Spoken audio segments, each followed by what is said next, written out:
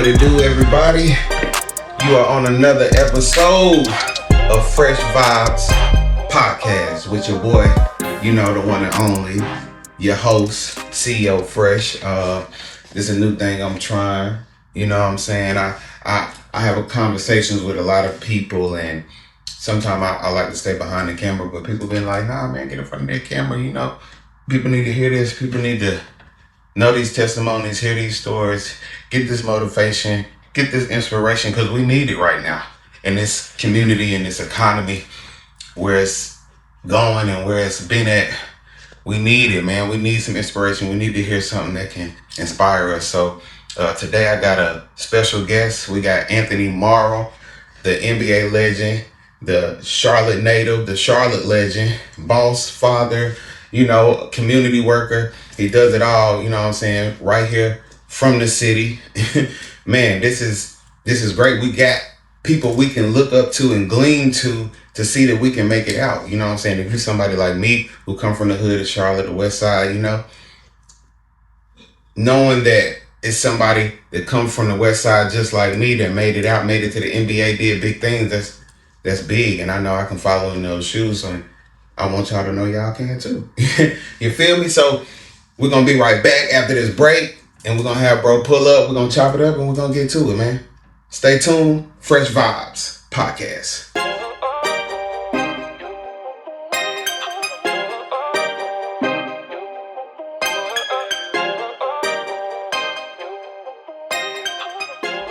While waiting anymore, we got the Charlotte native, the Charlotte legend, man, NBA boss, 3-point king, you feel me, Anthony Morrow, man. What's up, man? What's going on, brother? What it do? How you doing, champion? Let's go.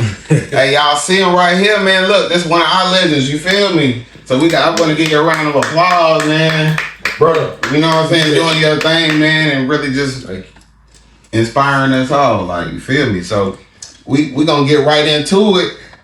For the first segment is Charlotte roots and growing up in Charlotte. So my first question is, being a Charlotte native, what was it like growing up here? Hey, it was great to me. Yeah. Born and raised for West Boulevard. My whole family on my mother's side. Okay. But my dad's side is from North Charlotte. So the whole family from Charlotte. That's what's up. So, you know, it was, and then we got a big family on both sides, so we got a lot of reach with everybody in the city. So yeah.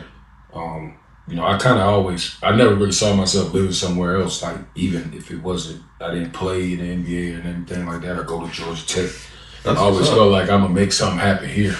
So just good to see how the city has grown. You know, growing up, you know, we, you know, it was always, you know, I don't want to sound like a cliche, man. You know what it was in the 90s. So, but we never felt like it was real danger for us, for real. It was just like, that's what we was used to. Yeah. You know, but we had family around, and it was a different love. time. Mm-hmm. You know, parents and the community took care of each other. You know, you still had, you know, high volume of, you know, crimes and stuff like that, but it was just different. We still felt protected by the community, you know? Yeah. And I think everybody that's from here, that's from anywhere in the city that was low income or something like that, or, you know, underserved communities and neighborhoods around the city, they could probably tell you the same thing. Yeah. You came up in that era, late 80s and 90s, early 2000s, but it was great, man. Yeah. You know, I always felt like my community and my family did a great job of supporting all of us at that time, you know. And, you know, it was, you know, Charlotte to Charlotte. It's great to see where it's grown to be now. Okay. Versus then. Nah, it is. It's very different. When I drive around, I'm like, dang, it don't look this. You know what I'm saying? You forget, like, dang, this used to be here, but it's growing up. I like it. I like it. What I ask you next? Let me see. When did you first fall in love with basketball? Man, mama, I was damn near straight out of diapers, bro. Yeah. You know what I'm saying? Okay. Yeah. I mean, it was something I played football, like Little League, Pee Wee. I played baseball. Okay. My mom had me into little different sports to see what I liked. I mean, it always came back to basketball, man. My mom, you know, my older cousin, Rodriguez Morrow, he played at Myers Park. He played a little bit. He didn't really go anywhere out to high school like that with the basketball, but he was very influential. My Uncle Roddy, shout out to Okay. He had a 5-6-year-old team. My mom put me on there. He let me play at like 4 years old. Oh, okay. So yeah, earlier. Yeah, I was moving around with a basketball everywhere I went, man. I don't know. I just fell in love with it. And I was the only child with my mom. So like, that's me. Yeah, you know, so like with the basketball, I can go anywhere and play I can imagine I'm playing in the NBA finals, or the NCAA championship, you know, and it was like, that's just kind of how the imagination grew. Yeah. And I just fell in love with it, man. It was on TV all the time. Everybody in the hood played basketball. For sure. My family was basketball players, from my uncles to my cousins to my brother. So it was just always around, and I just wanted to, you know, it was always not just a sport to play. It was fun, of course, but it was also like an outlet. Yeah. You know, if you had a bad day, I can always go hoop. I don't want to hoop with nobody today. You know, hooping by myself. I'm just out here trying to. I used to have a little milk crate on the tree. Yeah. You know what I'm saying? I did that one year, and you know, I put the hanger up on the goal and on the door. Yeah. And socks, put some duct tape around it and all that. You know, I didn't realize how many other people did that until I got older, because I thought that was normal. Yeah. I used to put shoestrings around to make the nets, you know what I'm saying? That's right. Mom, like, you better not mess my door up, you know what it is. But, yeah, man. That's what's up, man. Because I think, you know, it starts from when you're a child, your imagination, especially with me. I'm the only child with my mom, but with my dad, it's 5 of us. Right. You feel what I'm saying? So that started me like being creative because I was by myself. Yeah. You know what I'm saying? So he had 4 total. So I know. Okay, so you know how it goes. Yeah. What was your biggest influence growing up? In life in general, like my mom, you know, she always kind of went out on a limb, you know. She always took a chance. Like, she took chances on me. Wow. When I was like, I don't know, I can't let her down. You know what I'm saying? Yeah.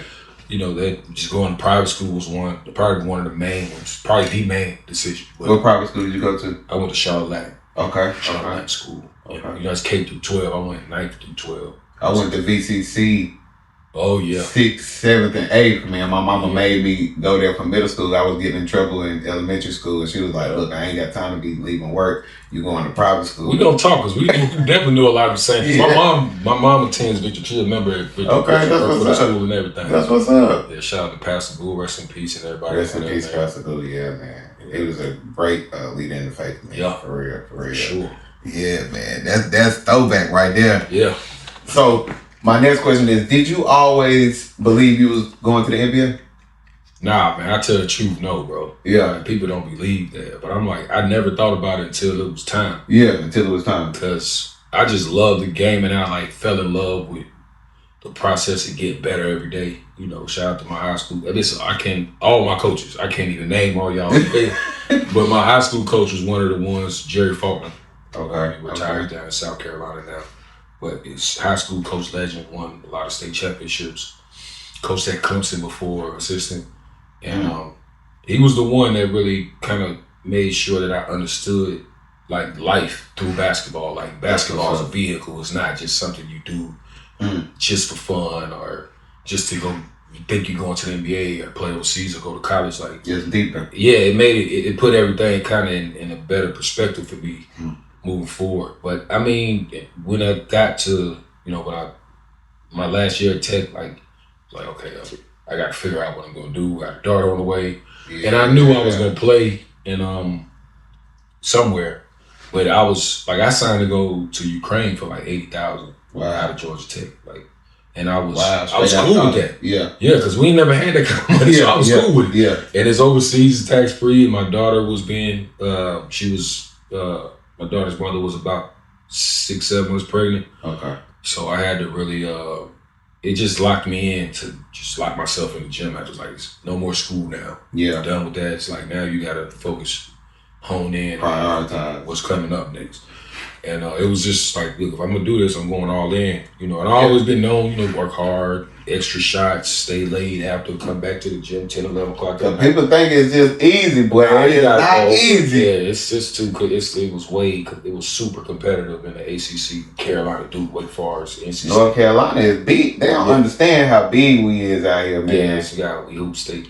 We hoop state. I always say for real. We hoop state. That's all people do around here. With growing up, that's all we used to do. Whether we thought we was going to the NBA or not, you know what I'm saying? I didn't know when it was gonna happen. I just knew that I was gonna outwork everybody. When they knock on the door, they crack it open. I'm like kicking it in. I'm going, and then take yourself to another level in terms of work ethic, preparation, just being a pro. Yeah. You know. Yeah. Knowing when to talk and when not to. Learning from other people's mistakes, kind of following other people that's good guys in the locker room, stick around 15 years in the league, you know. Just learn that, learn those kind of skills. It's not just skills on the court, it's like skills in life. You know what I'm saying? That's part where I learned. So my next question is, what did you focus on the most, like, to keep you out of trouble in Charlotte growing up? My mom made sure that was school number one. Okay. So I couldn't come in there with no bad grades. So that's like half of it right there. Yeah. Just making sure you got something to do. Yeah. And also, I mean, obviously, not even count basketball because I was that. That was what I was. That's what I did. You know what I'm saying? So everybody knew that. But outside of that, it was, school, making sure my grades were good. And then also, like, they had like real programs for us back then. Yeah. Shout out John C. Smith, Coach Jordan, and all of them over there. Back then, we lived Kings Park Apartments, Little Rock Apartments. Okay. Home. But they used to have a bus come pick us up during the summertime. Like moms is at work. Most of us had single mom families. Exactly. So like they got to work, and they'll come pick us up 9 o'clock in the morning, and it's like basically 9 to 4. Okay. So it was programs they had at like John C. Smith, at Amy James Tuckasegee, Ray. Oh yeah, that's lit. Naomi Drennan. Like they had a lot of like programs for us. YMCA. We had boys and girls club. Boys and girls club. Yeah, stuff like that. Yeah. YMCA. Like it was stuff for us. I did YMCA too. My mama put me in YMCA. Yeah. Too. So like that, I get the city was funding that kind of stuff then. So. It definitely was different when we was young. I'm 38, so it was definitely. I'm 40. Yeah. So like it's right there, So it's like they just come get us. Had lunch for us, and then you kind of build these relationships with college guys that's doing that for they, probably extra credit or whatever. Mm-hmm. They campus. Steve Jr. Steve Jordan Jr. was my mentor. Then. Okay. And everybody had different swimming. It wasn't just basketball. Exactly. We couldn't wait to get on that court. It was football, baseball, kickball, swimming. It was a lot of programs, and you learned a lot actually being on it. I mean, I love for them to bring that back in the city because now, for real, all those programs aren't being funded anymore. So, like in the summertime, you know how it is. Outside, yeah, outside. Nothing else to do. But it means only one way it's gonna go. Well, now they outside and inside. You know, what I'm saying? True. They on these tablets and video games, and it's so digital. It's a digital world now, man. We had a little bit, but my mama, she made me have some outside time. Yeah, you gotta go some outside time, like go outside for an hour or two and don't come back in here. You know what I'm saying? We couldn't wait to go outside. Yeah. It didn't matter rain, snow, sun. We was outside. We outside doing something. We was outside. For real, nah. But we're gonna get back to this next segment. We'll be right back. All right, we back with Fresh Vibez Podcast, and this next segment is called College and Undrafted Stories. So my first question is, you went undrafted but still made it to the NBA. What was that moment like? That was part of when I was like, I gotta lock myself in the gym. Motivation, obviously my daughter. And then it was almost like, all right, it like a moment hit me where it was like, no more college, no more. I'm under these people's structure and they checking on me. It's like now you're really in the world. You know what I'm saying? And it's like, of course you're English major, same time. You still want to play this ball, to play this game. And, shout out my agent at the time, Wallace Prather, he was like a really, really big influence in terms of believing in me. Yeah. I knew I wasn't gonna get drafted. Like maybe I was like, it's a possibility. Yeah. But in terms of the odds and how a draft is in the second round, I was like, and I wasn't really worried about that shit. No? Oh shit. Yeah, man, had to edit that out. Nah, I got you. Turn the camera on me. Yeah, get me right. Yeah, I'm gonna get you right for sure. But it was like my it was just that, and all I needed was a couple people to believe in. Like, I mean, it was good to have that, you know.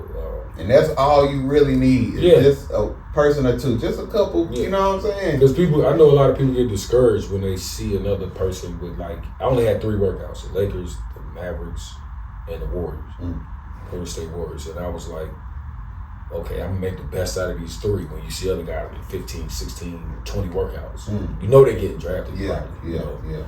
But I was like, okay, we'll take this as an opportunity when you see those guys in your 3 workouts, show everybody, you know, because you're not just auditioning. I want y'all to listen to this. You're not just auditioning for one person.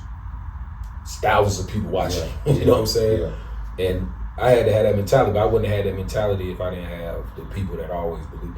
My agent, my mom, my high school coach, a few other people that that was like, look, you don't have nothing to lose. You already can go overseas. Yeah. So it eased me, like, playing with house money a little bit. Got the backup plan. Yeah. You know? It's not like I got pressure on me. I can go do whatever I want, you know? And it was just, okay, well, nobody can outwork you first and foremost. You already know. Because when you get like that, I'm like, you get to a point where it's just you versus yourself at this point.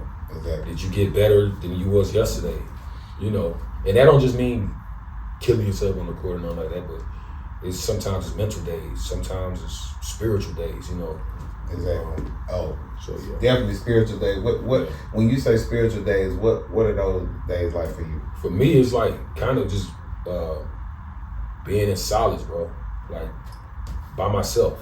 Yeah. I'm still like that sometimes. Okay. Where you kind of just collect your thoughts, like you know you got 100 things to do, so you got to get away for a day or just get some time to yourself to just regroup. Yeah. You know, and that's something that's kind of hard to do in college because you really trying to with figure out time management. too. Yeah, you know, it's a lot going on, and it's like that afterwards, obviously, but it's just like different. You know, because it's not like basketball; it's more like just business, life, kids, family, community stuff. You know, but yeah, that was the moment. I just felt like I got to take advantage of this. It's like a needle in a haystack. Yeah, just got to stay with it, you know. And it was a grind, and it was fun though, because it never felt like a job. Because I've been doing it. I fell in love with it as a kid. Yeah, you know? yeah. It's in you, not on you. Yeah, but you got to fall in love with the process though. That's not just falling in love with. I'm playing in front of 30,000 people on TV, on ESPN or something. You don't even think about that when you get to that point. Yeah. Because you're just thinking about all the work you put in, all the work you're going to put in after this game or after this tournament, after success, you know. Mm-hmm. So it's just, don't stop. It's creating a skill. That's a skill. You know, that's a skill. Work ethic is a skill that you got to develop and continue to develop. You know what I'm saying? For sure. So what was that call like? Tell us how, when you got drafted, like what was that moment like for you and your family? Well, I was undrafted. And I mean, not drafted. Well, I know what you know. When I signed, it was a sign. It was a feeling of like, all right, this is working. You know what I'm saying? Like whatever you're doing now, you got to do it 2 times more, so you can solidify your spot. Yes. You know, it was a sigh of relief for a little bit. It was a blessing. I was thankful. Praying, called my mom when she crying. You know, I was like, Mom, we still got a lot of work to do. She's like, I know, but just enjoy this. Like, you know, 6 months ago, you would be in the position that you're in right now. Yeah. And what they call is like a second round pick contract. Okay. So you still got stipulations. You got it. Ain't like I'm good now, like 5-year deal. Like it ain't like that. What is that? What's the stipulations? Can you say? No, it's like deadline. So you like I signed, but I was like that's basically like. You go on a training camp with us, so you got to give the advance back to Ukraine because it went from 80,000. I played well in summer league, so I got MVP at the last one in Utah. I played all 3 summer leagues. Okay. So Orlando, Vegas, and Utah. I got MVP in Utah. That's when they came with the manila folder, and it's like, okay, you get to go to. In my mind, I'm like, all right, you just get to go to training camp. You got to make it through training camp. That's big enough. Yeah, you know. But they give you. I mean, they pay you more. You know what I was gonna get in Ukraine. Yeah. But at the same time, I'm like, I got this far. I got to go 2 times harder now. Stay in the gym, and yeah, it was a moment of gratification for a second. I was grateful. It was a moment of a sigh of relief. I got there. Yeah. And then you know, at the time, the Warriors, that's when we were in Oakland at the Oracle. So, like, the practice facility was downtown Oakland. It was connected to a Marriott. So it was like the Marriott, and then it's like the practice facility above it. You got to have clearance and all. Yeah. So I was staying in the Marriott at the time because I had on the team, but I'm not on the team. You know what I'm saying? I had 1 foot in, 1 foot out, according to the contract.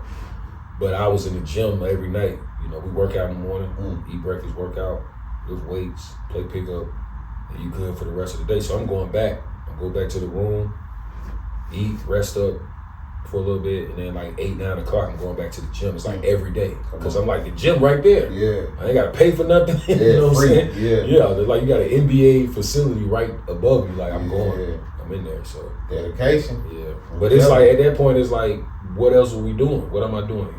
You know what I'm saying? So you may as well go up there, get 300-400 mates in, listen to music, lift weights. Ain't nobody bothering you. You know, it was daily. Everybody don't have that mindset. You know, some people, you know, take it for granted. So just to hear like opportunity after opportunity, even just to hear like you wasn't even worried about going. You love to play the game and end up boom right there opportunity, but you still made it happen and took it serious. You know. Yeah. It's what you got to do, man. I'm telling y'all, take it serious. Don't sleep on your gifts. Don't sleep on your purpose, man. Yeah. For this third segment, we're gonna talk about NBA life, man. What was your welcome to the NBA life? On the court or just in general? Just in general and on the court, like just being in the NBA. What was that welcome like? There's a few of them. I don't know. I say like, you know, I had never been to California ever before, so. It was like I wouldn't say a culture shock, but it was cool to see the diversity of the Bay Area in general. Yeah. You know, and you know, it's all different races and ethnicities and different restaurants. Like I was indulging in everything. Like I was like, man, we don't have this kind of diversity in the South, you know. So I was like, man, I wanted to be a part of the community and just a part of you know, just the, you know, the whole atmosphere. I had a great time, man. And, it probably that, which for lack of a better term, culture shock. Yeah, it was a fun culture shock. I was right into it, right in the mix. And new experiences. Yeah, like off, you know, and just new experiences on the court. You know, playing against Kobe, of course. Everybody, you know, that's crazy. Yeah, what was that like, man? Nah, man, it's different, man. Like some people, you know, you around, man, dudes be having a different kind of aura, man. Yeah. Kobe at that time, he didn't really talk much to nobody. Yeah. You know, he wasn't a friendly guy like you saw him at the end of his career. Yeah. He was cool as hell, like for real, like off the, you know, you see him cool, chop it up. But like towards the end of his career, you saw him really interacting with guys on different teams. You know, you can see his personality. You can tell he was transitioning out of that Mamba mentality on the court to like Mamba mentality in business and all the stuff he was doing, all the stuff he still has, rest in peace. And you know, on the court with him, man, it's like you one of them dudes, you kind of just, you start watching them. You know what I mean? You forget because you know he's one of those type of dudes, man. Yeah.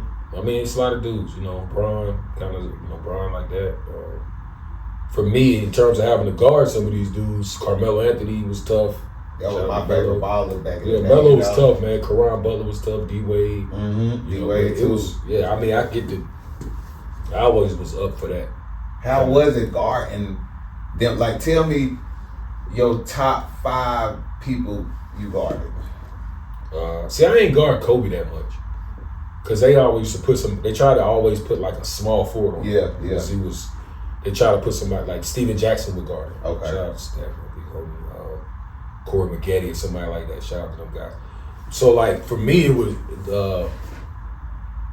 Dwayne Wade, probably the hardest person I had to guard in my life, because I had to guard him. You know what I'm saying? Because when he was in Miami, they wasn't gonna put me on Bron. They always try to put somebody around his size. You know, and then I had to match up with D Wade. You know what I mean? It wasn't like he just killed me or that. It's just you didn't know what he was gonna do. You know what I'm saying? D Wade, like when he guarded me, probably I would have to score a few in a row for him to like start really locking in. Yeah, because he's kind of resting on defense. Okay. I'm like, I'm cool with that. Yeah, if I come out of the first quarter with 12, I'm already thinking like I'm gonna get 20 in the game. I'm already gonna keep doing that. You know what I'm saying? Because I mean, he gonna get. Yeah, I'm like he gonna get calls, and he's a great player, Hall of Famer. So I'm like, you know, but I used to tell you like, if I have to guard D Wade on like a Monday, I'm not gonna have to guard nobody like this the rest of the week. Okay. So I like used to take the challenge because I'm like, if I can just hold my own against this right now, you good. Yeah, I'll be good the rest of like next 4 or 5 games. So you see somebody like, you know, Jamal Crawford. I used to have to guard, I hated guarding. That's brother right there, man. I'm so proud of him, happy for him, everything he's doing. That's what's up. J.R. Smith. It was the Nick Young. J.R. Smith too. Yeah, it's like the impulsive dudes. That Lou Williams, my brother Lou Will. Yeah. Monte Ellis. When I had to, you know. It was those guys that could just take any shot they want, and their only role was to basically score. Yeah, score. So you have to go back at them. That's crazy. So yeah, everybody's like, is it LeBron? Like, nah, it's those dudes that could just score 40 off the bench. Those are dudes you got. That's crazy. Yeah, off the bench is crazy now, but it's done. You know. Yeah, those guys pushed me, man. It was like I always used to see what they were doing, and you know, try to stay in that aggressive mode like those guys were. No matter what my circumstance was on my team. Yeah.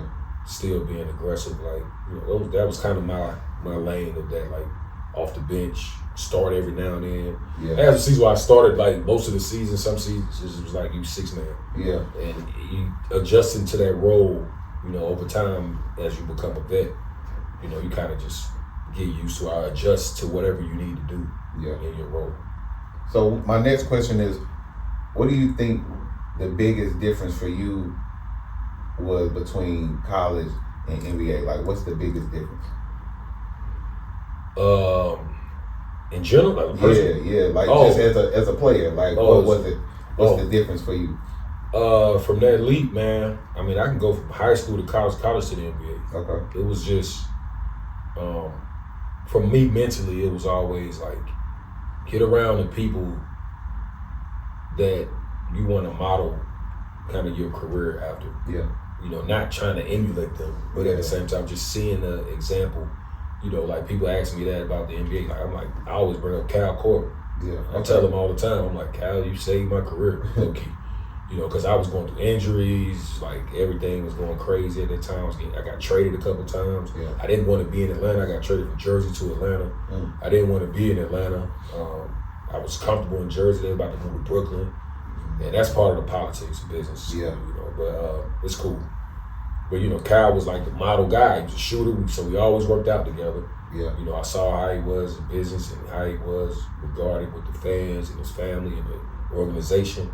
And it kind of changed my mentality to like, I got to be like this then. And it saved me. I played another 6 years in the league. Yeah. You know, and it could have been 4 or 5. You know, I played another 5 years, you know, and it was just mentally kind of getting around those guys, man. But the jump from college to the NBA, the difference was getting used to having that kind of time on your hands, you know, and then being able to financially take care of yourself and take care of your family. And of course, my daughter was just born. And just kind of keeping that balance. You learn how to balance. Time management was the main thing because you're structured in high school, structured in college. In the league, it's like you in the gym 3 hours if you want to be. Yeah. Or you can come back, you can be in the gym for 6-7 hours out of that day if you want to be. So it's about how much you committed to your craft so you can stay in this for the long, as long as you need to, or as long as you can. Yeah. And for different people, it's different, you know. But for me, that was the main thing. Like learning time management as a young player in the NBA, in the NFL. I mean, any, you know. So it's that was number one, time management. Okay. Sticking to it, discipline, all that. My next question, what do people not understand, or would you say they don't understand when it comes to being an NBA player? Well, like stuff they don't see, I mean, you still a human. Like, you still a regular person. Yeah.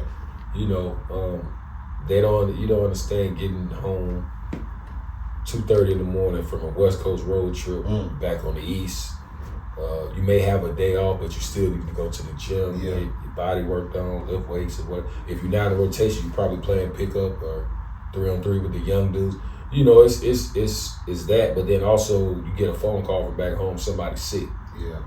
But you still got to go to this event that the owners are hosting. Wow. You got to go as a team event, or you got to go to some kind of charity, anything like that you have to be at. You know, you may not be getting playing time. Yeah. You know, they might be playing with your minutes. You in the contract year, you stressing about that. You're on the phone with your agent. He might have 4 or 5 other clients that's in their contract year that may be on bigger deals.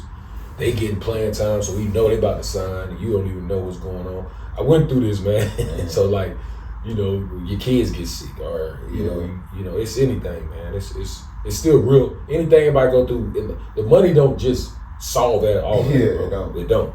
Please believe it does not. It's a blessing to have it. It's a blessing to be able to, you know, financially take care of your family and yourself, but.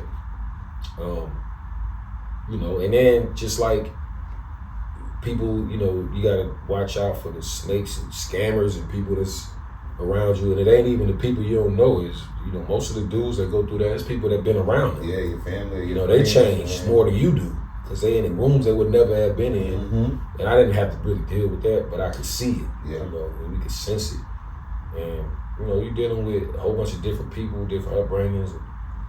Personalities. You gotta be around them dudes more than you around your family. Yeah. Essentially, like for real. Yeah. So people don't understand what would you say with the sacrifice? Yeah, the sacrifice and you know, just understanding that real life issues happen to everybody. And everybody. No matter if you rich or not. Yeah. Like if you work at Microsoft or Google, you're not working in that company and everybody is the same as you. Yeah. You got 25, 30,000 different personalities in there, upbringings. It's the same way in professional sports. So people don't deal with issues the same way other people would. You know. That's what's up, man. I hope y'all getting a lot out of this. If you're an athlete, if you want to know about the game, a basketball player, you feel me? He's spitting real facts right here. It's behind the scenes. No lies told. No lies told. For real. Our next segment, we're gonna talk about money and business, man. My first question is, what's the biggest mistake athletes make with their money? Rushing to invest in stuff. And it's crazy, you know, and we all go through it. Yeah, I know. You know what I mean? I had my first, like when I retired, went into commercial real estate. Me and the group, great guys, we went and revamped the storage facility. It was outdated. They were looking to get off it, took it off their hands, modernized it, put it back up to speed. You know, and COVID hit, really messed stuff up, man, because people couldn't pay. You know, the storage rent fee is not on the top of your priority when they cutting off everything. For real, it can't work. You know, so we cashed out a good time and it was great. But then you think that all the deals gonna be like that, and they not. No. You know, or it's like it takes longer. You know what I'm saying? So like, man, I had a deal or two that didn't go like I wanted it to, but it's like most of them went the way it's supposed to go. Yeah. But it's just about the kind of risk you want to take. But I would say don't rush into something because it seems like it's so perfect. Yeah. So like a lot of guys don't even have time to do the due. Like I probably wouldn't have did that if I was still playing. Okay. You know what I'm saying? Okay. But I had time to like, I'm not playing, not working out, practicing like I was in the league. So it's like I got time. Like I had about 6 months to really be around them and really learn what we were really doing. Yeah. So you know, it's I would say that's number one.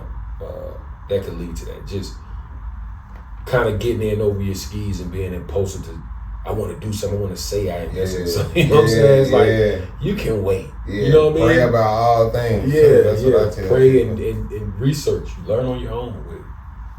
When did you start thinking about life after basketball? Like, when did that come to your mind? You see it right on the wall, man. You get older, I retired, I'm 40, it was like, what, 33? When I, like 33, going on 34. You know, phone stopped ringing.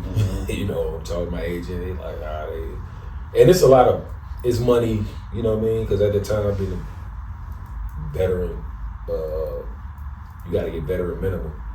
And at the time they had just raised it, so I was like, oh shit, if I get this, you know. Yeah. And they were like, you know, they over the salary cap, so it's a luxury tax. Yeah. You know that. So if you go over, you basically give me X amount of dollars. You got to pay double because you got to pay the other. Yeah. What you got to pay, and it allegedly is circulated around the other organizations. So that's how they keep the NBA, where you can't just be like the Yankees in the '90s and just build a super team. And so that's why they put that's why the caps in. That's just a little That's right. Hey, y'all hear it now. Yeah. So like you pay somebody $50 million and you over the luxury tax, you have to pay another $50 if you are owner. And that 50 get dispersed around the league through the other teams. So they keep it try to keep it even. Yeah. But in my case, it was veteran minimum. It was lower than that, obviously. And they wasn't, a lot of teams was just like, man, a lot of guys that should have still been in the league kind of fell under that. We all kind of was in that. It was cool. It was business. But, I started thinking about other stuff at the time. I started spending more time for that last, really, it was before that. I started spending more time a few years before with, engaging in the meet. If we have a bowling event for a fundraiser or a charity and the owners are there, spending more time with them, going to talk to GMs, Sam Preston, shout out to Sam Preston in Oklahoma City. He always was like an open book. He was great. It was really like a player's GM. That's what's up. Real sharp, real structured. Gave me a job, working there. I put a program together, working with the front office up there after I retired, you know what I'm saying? That's what's up. And, I just started spending more time with those people and just trying to figure out how they got to where they were, what made you want to do this. 9 times out of 10, they don't set out to be that. It's just they have all these accolades and characteristics, and they're like, you'll figure it out what you're good at, and then just hone in on that. Yep. That's basically what they tell you, especially for after basketball. There's a lot of guys struggle with figuring out identity crisis. Yeah. Because you've been who you are since you was a little kid, and now it's like, hey, now what are you? What you got to do? You know what I'm saying? Yeah. So I started I need to figure out. I knew I wanted to do something in real estate. I didn't know about commercial real estate. I had to learn about it though. Fashion and a little bit. I like that. So I did a little clothing for a while, and then it was philanthropy. Obviously, Anthony Morrow Charity's been around going on 16 years. Shout out. Speaking, negotiation. Yeah. It was just a lot, man.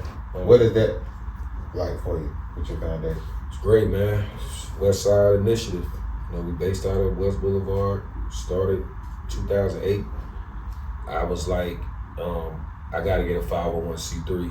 Yeah. I didn't really know what it was, but I knew that all the organizations that I looked at, they all had it. I had to get one too. Mm-hmm. So, and then you start off hamburgers, hot dogs, book bag giveaway. Now, shout out to my manager, Vino Bond, to help me structure it last 6-7 years. Okay. Really with a direct initiative. You gotta have a mission statement and start a foundation point that you can, hone in on, and then you move outside of that. Yeah. So we went from that to now we got financial literacy programs, that's what's up. Healthy Minds, of course basketball clinics. We're moving out of the Hispanic community over there. My people over there kind of bridge the gap between black. That needs to be done. For real, I'm telling you, man. That's important. We're stronger together. Yeah, they over here in this area, matter of fact. Mm-hmm. So we do a lot of that, man. That's what's interns, up. Y'all listening, man? You gotta give back. Don't think God gonna bless you and you don't give back. I'm telling you. AnthonyMorrowCharities.com, man. Plug it for real. AnthonyMorrowCharities.com, man. Check it out.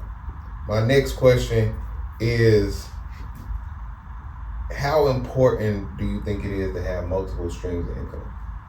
It's very important.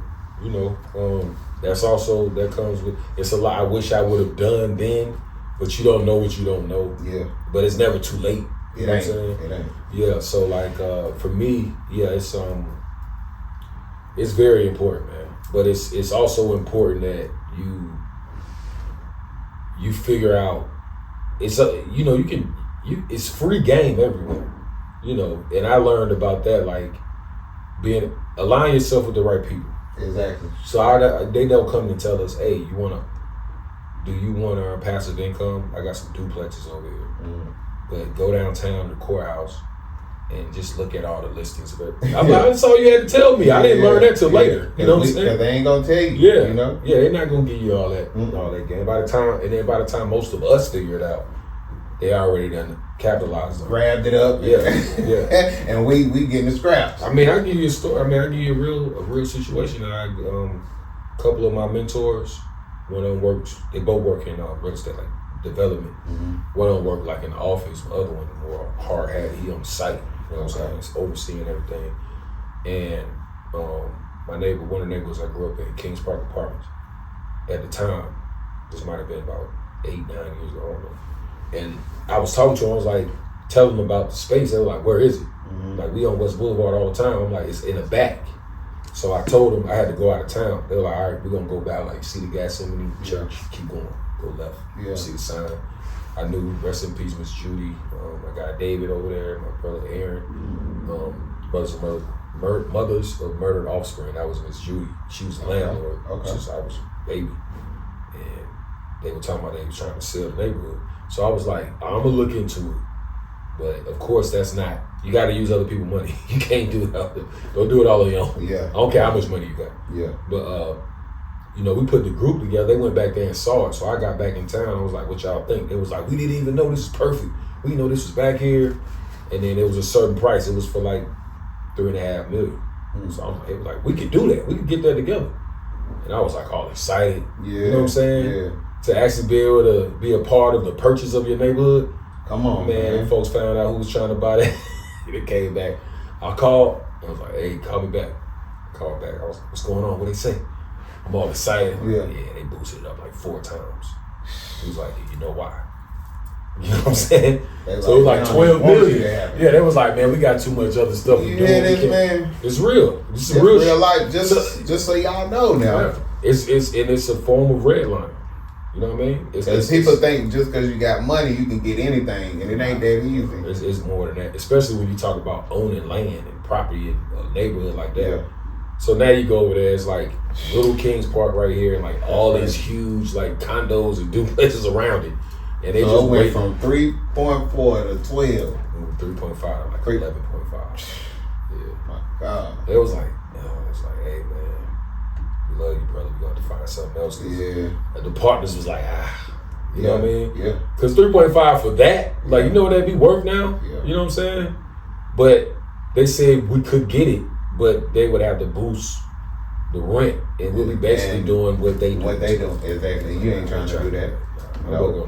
People. We trying to find something else. Yeah, we trying to keep it in it, where it is. Yeah, man, that's crazy. That's just a little lesson on how they do you, man. So you gotta stay focused and stay with it, though. Stay focused, but still have faith in God. Because God, you know what I'm saying? He got that open door for you. Yeah. But his next segment is discipline and success, man. Mm-hmm. So we want to talk about discipline and success. What does discipline mean to you? Consistency, bro. Sacrifice. Yeah. Sacrifice, consistency. Just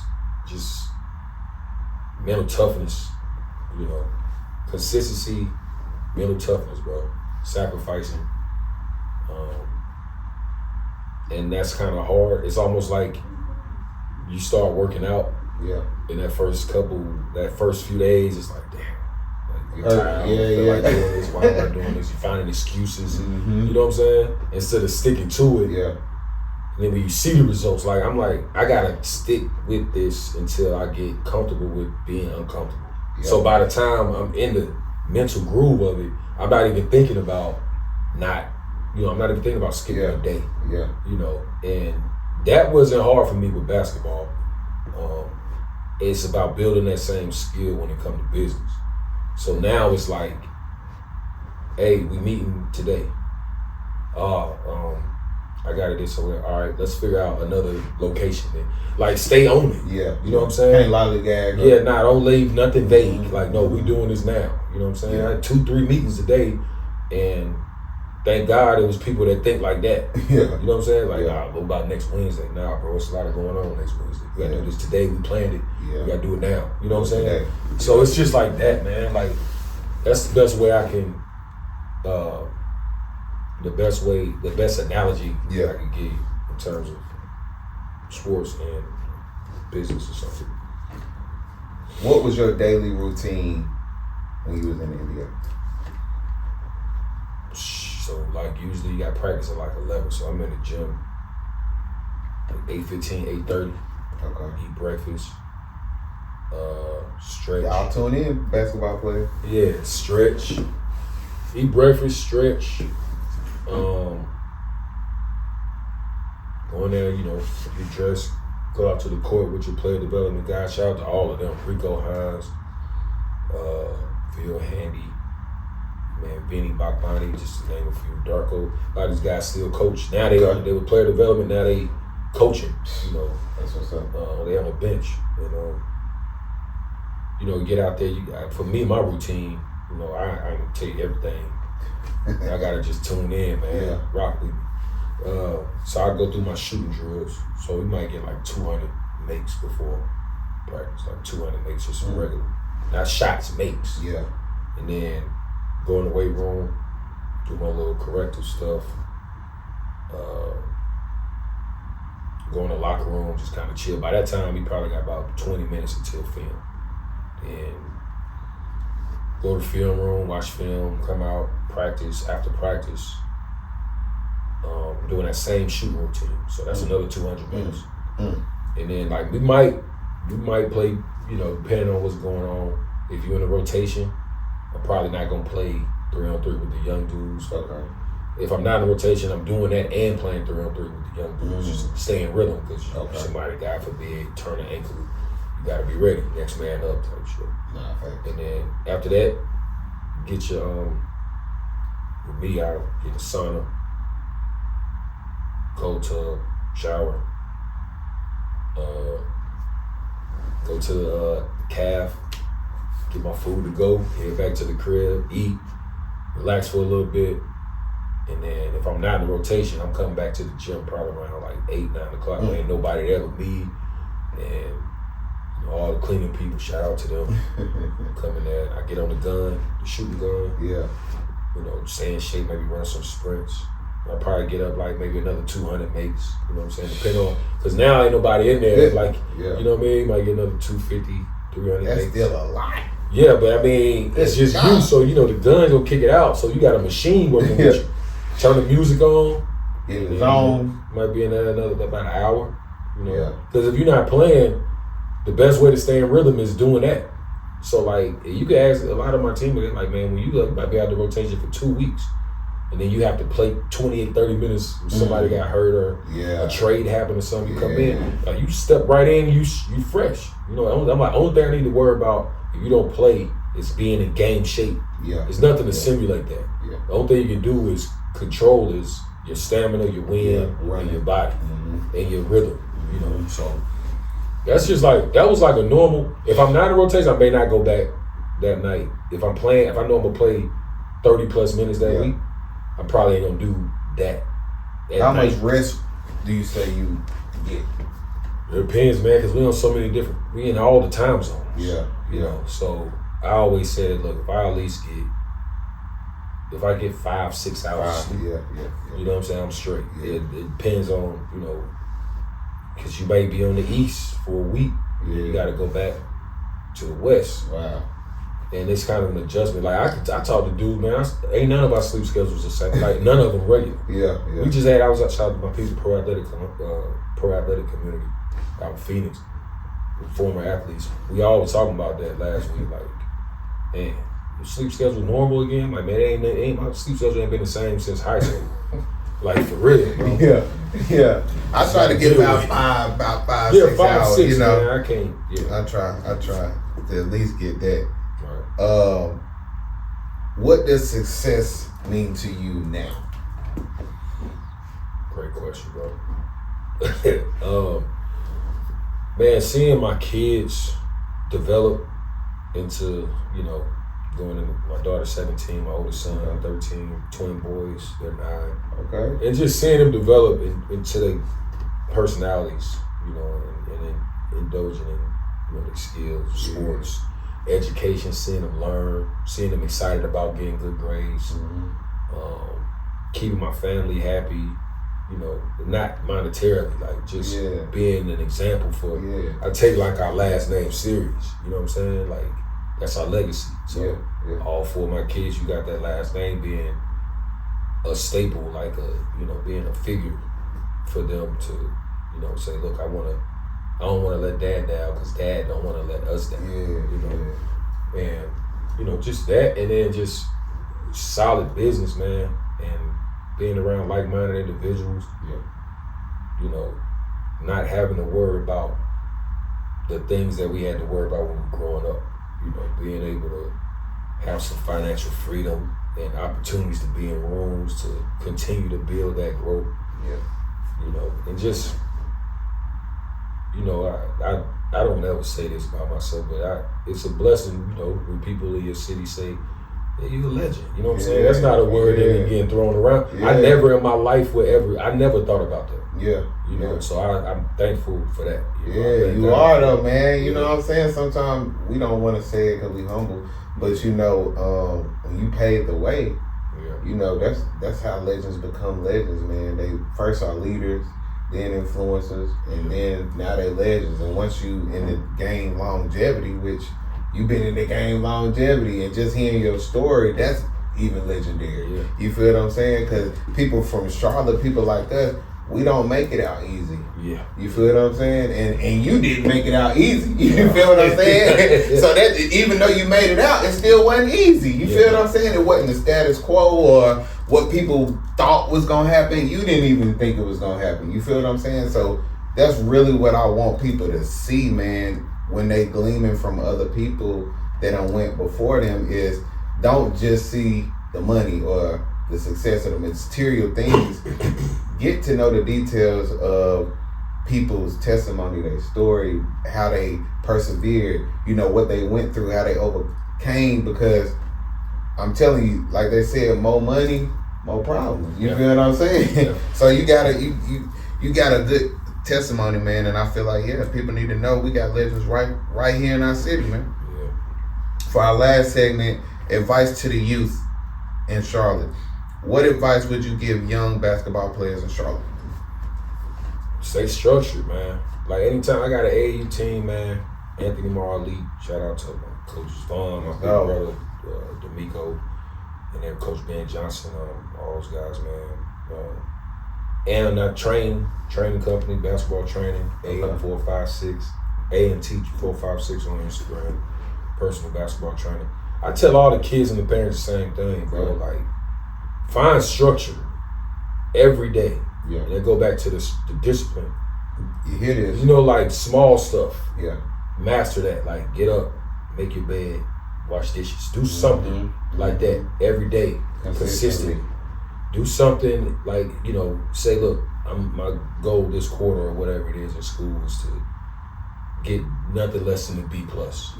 You know what I'm saying? And you study habits consistently. Like, do stuff like that. To push yourself. Cut the grass. Your mom and daddy ain't got to tell you cut the grass. Do it before do it on your own Saturday morning. Do little stuff like that. And I guarantee it'll translate over to however committed you are to the game. It's going to translate in your work habits and your work ethic on, like, working on your game to get better.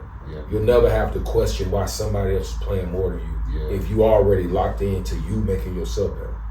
If you got structure and discipline within yourself, you're not even worried about it. I don't know why he playing, but I know when I get my opportunity, they're not going to be able to take me out the game. You know what I'm saying? So I always start with just some type of structure, man. And that's like, it helped me a lot in Charlotte Latin, that I could carry those principles on to Tech, and then carry those principles on from Tech to the NBA. You know what I'm saying? And it just started, like, even now, like, I wake up, it's crazy.